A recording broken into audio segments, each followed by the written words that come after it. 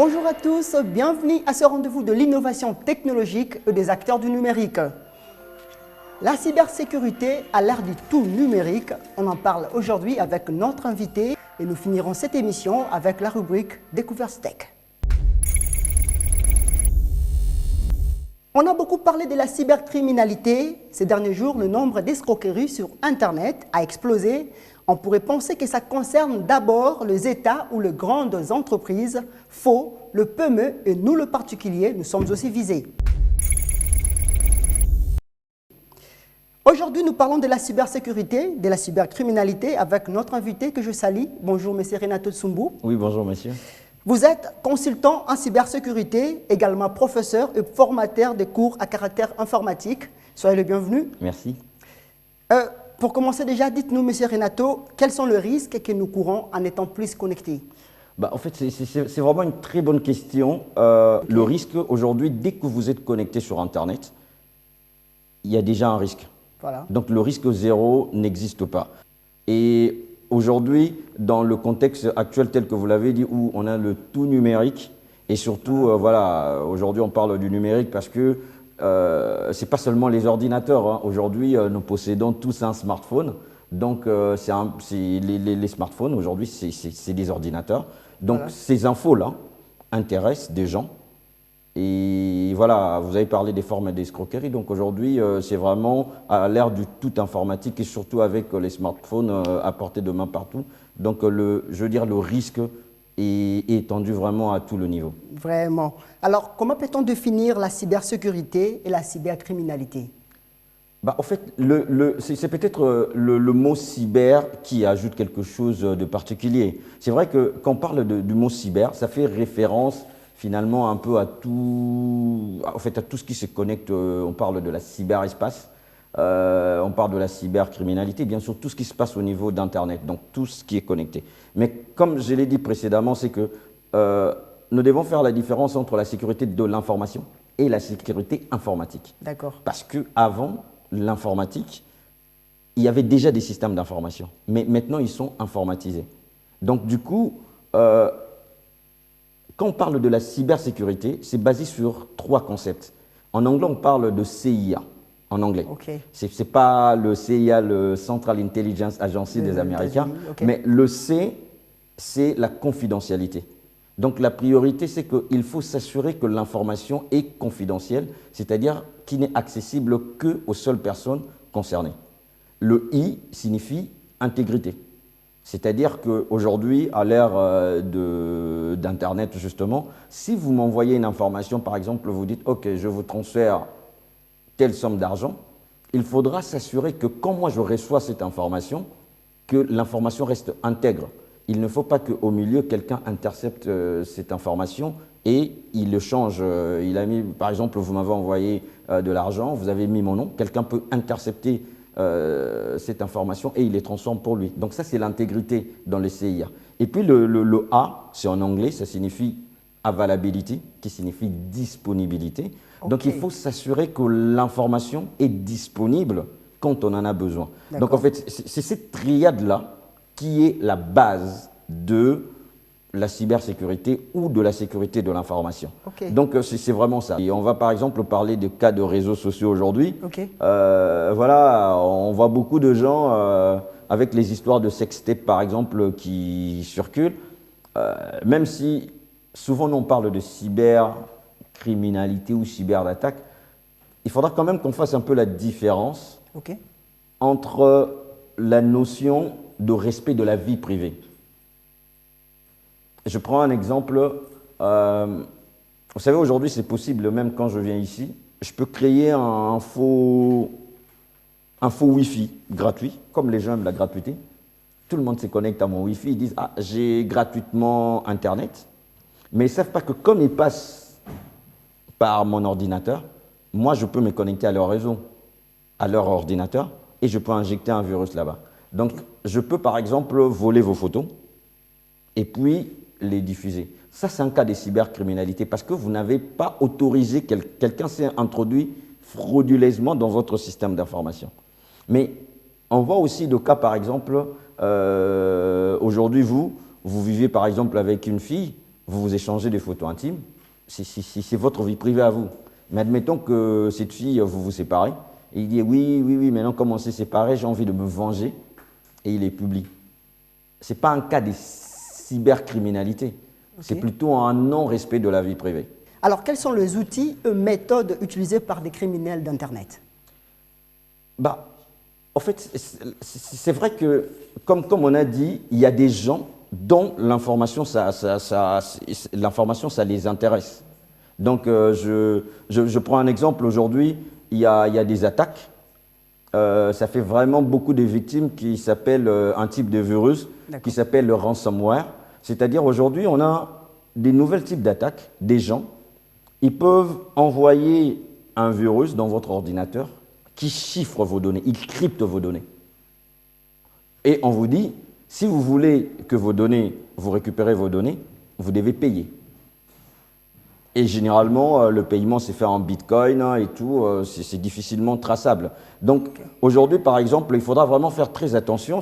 Aujourd'hui, d'ailleurs, j'ai lisé encore une information, une entreprise française qui a fermé parce que vous vous retrouvez un matin où tous vos ordinateurs sont... Vous ne pouvez plus accéder aux informations qui se trouvent dans votre ordinateur. Donc, il y a bien sûr, comme vous l'avez dit, il y a des cas de criminels comme ça qui veulent avoir de l'argent, qui veulent vous escroquer. Ça existe. Mais il ne faut pas toujours... C'est là où peut-être nous commettons cette erreur de regarder la cybersécurité comme toujours des criminels. Mais aujourd'hui, par exemple, dans les catégories d'attaquants, il y a des activistes. Je prends un exemple. Aujourd'hui, comme ça, il y a des gens, admettons, qui sont par exemple contre, je ne sais pas moi, une décision du pouvoir et tout. Bah, en fait, il y a des gens comme ça qui peuvent bloquer votre système d'information. C'est des activistes qui sont contre une cause, quelle que soit-elle, et peuvent attaquer un système d'information. Mais il y a aussi d'autres catégories, on appelle ça par exemple de script kits, où aujourd'hui, il faut faire aussi attention parce que n'importe qui peut acheter un virus sur Internet. Aujourd'hui, ça ne coûte rien du tout. Si vous avez de l'argent, vous pouvez acheter un virus. Et il y a des gamins, si j'ai dit des gamins, c'est un peu pour trop dire, mais il y a des gens juste pour s'amuser ou pour se prouver des choses, peuvent, en s'amusant, arriver par exemple ici, ils se rendent compte que voilà, il y a le Wi-Fi de B1 par exemple. Si ce n'est pas bien sécurisé, ils peuvent se connecter dedans et perpétrer des attaques. Alors, pouvez-vous nous citer quelques signes ou symptômes qu'on peut détecter lorsqu'on subit une cyberattaque, allais-je dire? Bah, je prendrai un exemple. Si vous avez par exemple un ordinateur, surtout quand on est connecté sur Internet, il y a d'autres symptômes. Par exemple, vous allez voir votre ordinateur commence à chauffer de soi-même, le processeur comment. Donc en fait, il y a une utilisation que vous en fait, je veux dire que personnellement, que vous, ce n'est pas vous qui l'utilisez, il y a peut-être quelqu'un à distance qui pousse. C'est là. Mais des signes, aujourd'hui, il y en a beaucoup parce que un attaquant, si c'est vraiment volontaire, c'est comme vous, par exemple, vous êtes journaliste, voilà, peut-être que vous avez divulgué une information, voilà, ou vous avez parlé contre quelqu'un. Et s'il s'est dit, je veux prendre la main sur votre ordinateur, vous allez, par exemple, surtout comme j'ai dit ici, vraiment on a installé un virus parce que le virus, il prend toujours du temps. Oui. Il y a des virus qui s'installent, il va scanner tout, je prends le cas de B1, il va scanner l'ensemble de votre réseau, il peut prendre du temps. Mais donc j'ai parlé du processeur qui, par exemple, commence à... Vous allez voir votre ordinateur s'échauffer tout seul, mais admettons que le réseau de B1 ici, vous avez une connexion sur Internet. Vous allez vous rendre compte, par exemple, si vous regardez vos usages de connexion sur Internet, vous allez voir, par exemple, à minuit ou à 1h du matin, de gros volumes de données qui sortent, alors que personne n'est au bureau. Mais vous vous rendez compte, mais il y a des infos qui sont transmises. Donc ça peut être un signe d'un piratage et tout. Mais bon, malheureusement, quand, je veux dire, le pirate passe à l'acte, c'est déjà un peu trop tard. Alors parlons de l'impact. Quels sont les impacts d'une cyberattaque? Ah bah, c'est clair, hein, aujourd'hui, posez-vous la question, si B1 ne peut plus accéder à son système d'information. Il y a des entreprises qui ont fermé. Il y a des entreprises aujourd'hui qui ont carrément fermé parce que, je donne l'exemple, il y a une entreprise aujourd'hui française par exemple qui s'occupe d'environ 100 000, en fait ils gèrent la comptabilité d'autres entreprises, ils ont 100 000 clients et ils se sont retrouvés sous une cyberattaque. Bah, on est pratiquement en fin d'année fiscale, bah, vous ne pouvez plus remettre le bilan, il y a des entreprises qui ont fermé. Ou si les entreprises ne ferment pas, on prend le cas par exemple de...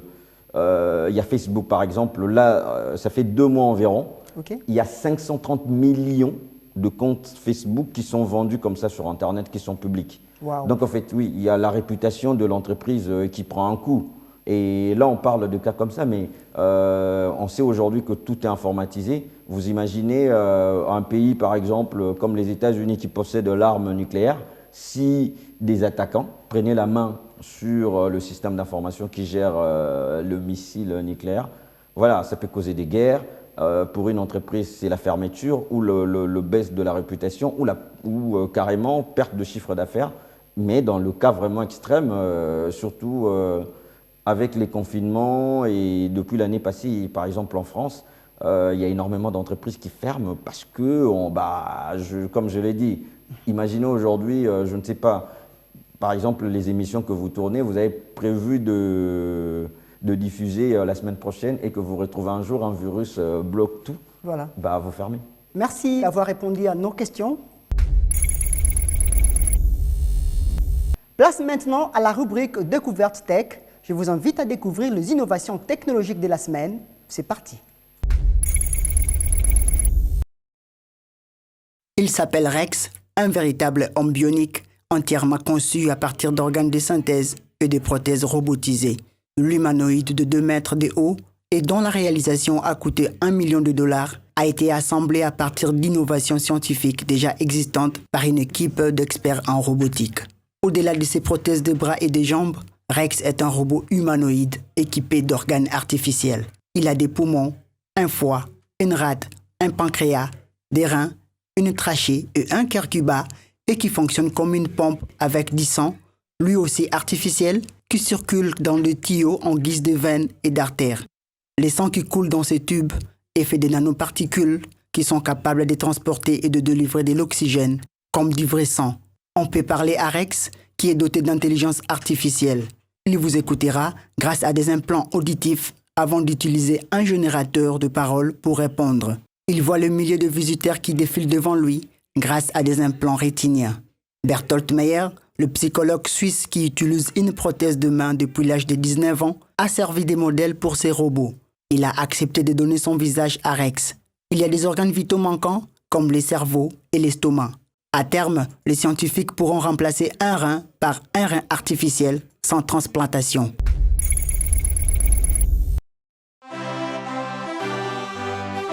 Commandant Congo, c'est le nom du nouveau jeu vidéo 100% made in DRC. Créé et réalisé par Arnold Chumanga, Commandant Congo est un jeu vidéo d'action et d'aventure en 3 dimensions. Il y a 2 personnages principaux dans le jeu.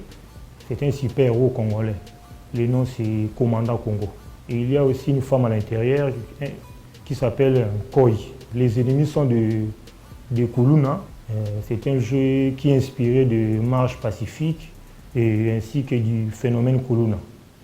Dans le jeu, l'acteur principal est un super-héros doté de capacités physiques extraordinaires. Il s'est donné l'objectif d'arrêter tout le malfrat, les rebelles et les Kuluna. Pour éradiquer le phénomène Kuluna, notre héros doit se battre et mener des missions difficiles afin de protéger la population ainsi que le bien. Avec 4 niveaux, le jeu a plusieurs objectifs à atteindre. Dans cet épisode, au premier stage, l'objectif est d'empêcher le bandit d'accéder dans une banque. La partie est perdue si les ennemis réussissent à accéder dans la banque ou si l'acteur principal se fait tuer. Un terrain de jeu qui commence au boulevard du 30 juin avec un univers fantastique purement congolais où notre héros fait sa justice. À chaque stage du jeu, il y a un message qui sensibilise au développement du pays.